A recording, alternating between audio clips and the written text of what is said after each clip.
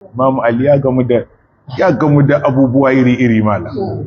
Ya gamu da halaye da rayuwa wanda sai wato abin kasan ya samu wurasa shugaba. Irin abin da ya yi aron gama da shi malam.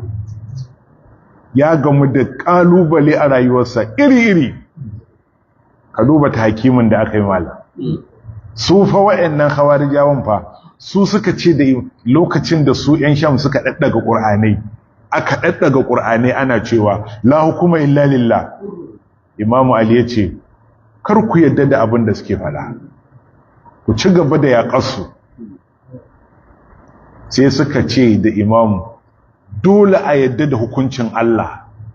Ya za a ɗaga ƙur'ani a ce a zo ƙur'ani ya hukunci ka ce ba haka ba. Sai ce shi kenan a tsaya a yi hukuncin.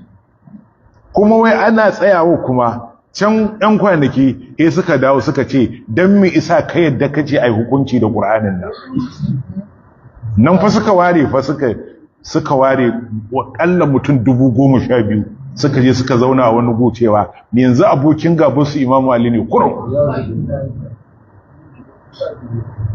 To can kuma sai ga waɗansu sun fito.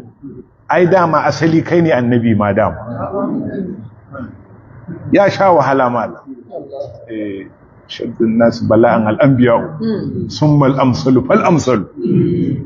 Kuma ya suka dawo su waɗannan suna cewa kai ne asali dama kai ne annabi.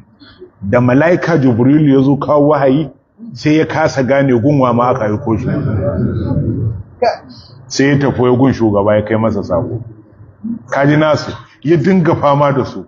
Can yana zaune sai ga a yayi sallah malam sai ga waɗansu a bakin kofa. Ke mu ma jama'a ka ne yanzu mu kuma ba wani abu muke ta ba an tarabbuna kai ne ubangijinmu.